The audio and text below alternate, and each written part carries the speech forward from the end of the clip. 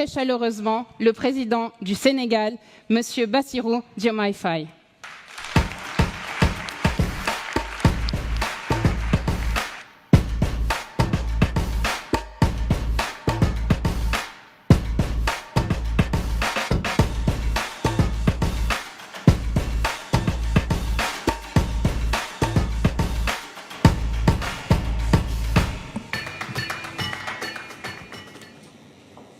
Excellences, Monsieur le Président de la République française, Monsieur Emmanuel Macron, chers collègues, chefs d'État et de gouvernement, Monsieur le Président du Comité exécutif du CIO, chers membres du mouvement olympique, Mesdames, Messieurs, je voudrais à l'entame de mon propos remercier le Président Emmanuel Macron et Monsieur Thomas Bach, président du comité exécutif du CIO, pour leur aimable invitation à ce sommet des Jeux du développement durable en prélude des Jeux olympiques Paris 2024.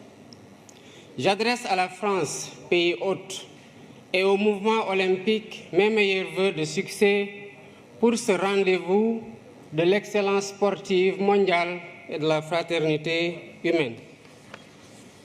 En nous réunissant ici sous le sceau, sous la bannière de l'olympisme, nous faisons vivre toute la tradition antique de la trêve olympique, célébrant les idéaux de paix, de sécurité et de compréhension mutuelle entre les peuples.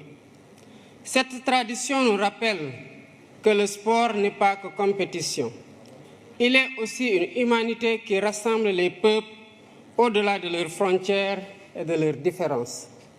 C'est tout le sens de la résolution de l'Assemblée générale des Nations unies sur l'édification d'un monde pacifique et meilleur grâce au sport et à l'idéal olympique. Cependant, force est de constater que l'idéal olympique est aujourd'hui mis à rude épreuve par la tragédie de la guerre, de la violence sous toutes ses formes et des inégalités sans cesse croissantes au sein et entre les nations.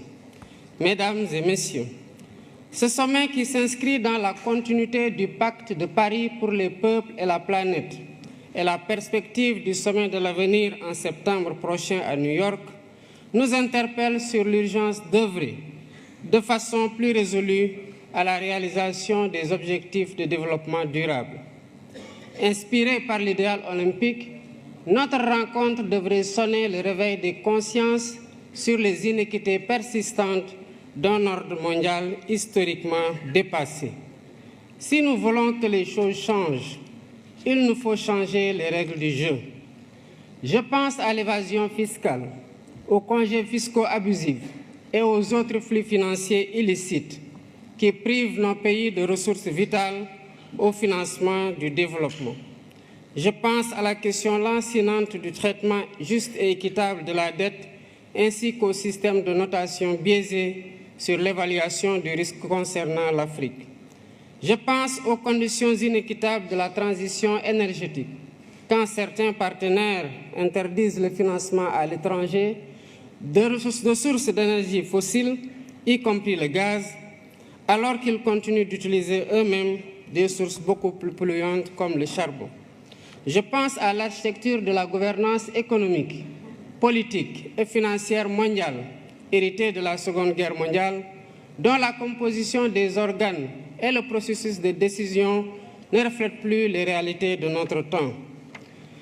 À maintes reprises et à juste titre, le secrétaire général des Nations Unies a alerté sur le risque de fragmentation d'un système international obsolète et non inclusif. À l'évidence, un système qui perpétue le statu quo et ignore les besoins légitimes de sa grande majorité crée les germes de sa remise en cause et la recherche de voies alternatives. La mutation du groupe des BRICS en un sud global plus large montre à quel point le système international est contesté et combien il urge de le réformer pour le rendre plus inclusif, plus juste, plus transparent dans l'intérêt compris de tous. La réforme est possible si nous y mettons la volonté politique nécessaire.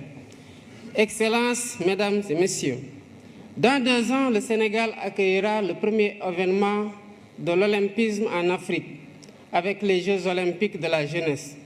C'est un honneur que nous partageons avec notre continent. Merci au président Thomas Bach et merci aux membres du CIO pour le choix unanime porté sur le Sénégal pour abriter ce rendez-vous historique de la jeunesse mondiale. Conformément aux engagements convenus, nous préparons l'événement en tenant compte de 3 impératifs. D'abord, la co-construction entre l'État, le CIO et le Comité national d'organisation sous la conduite dynamique de M. Mamadou Diagne Ndiaye, président du Comité national olympique sportif sénégalais. Ensuite, la maîtrise des dépenses publiques en privilégiant la réhabilitation et la mise en niveau d'infrastructures existantes pour abriter les compétitions. Enfin, le suivi renforcé des questions de sécurité, d'hébergement, de transport, de restauration et de santé, entre autres. Je remercie le CIO et tous les partenaires qui nous accompagnent pour faire cette première de l'olympisme en Afrique une fête de la jeunesse du monde et une réussite collective dont nous serons tous fiers. Je saisis l'occasion pour attirer l'attention du sommet sur le fléau insupportable du racisme et de la discrimination raciale qui continue de gangréner le sport dans un contexte de banalisation des discours haineux et xénophobes. Face au racisme,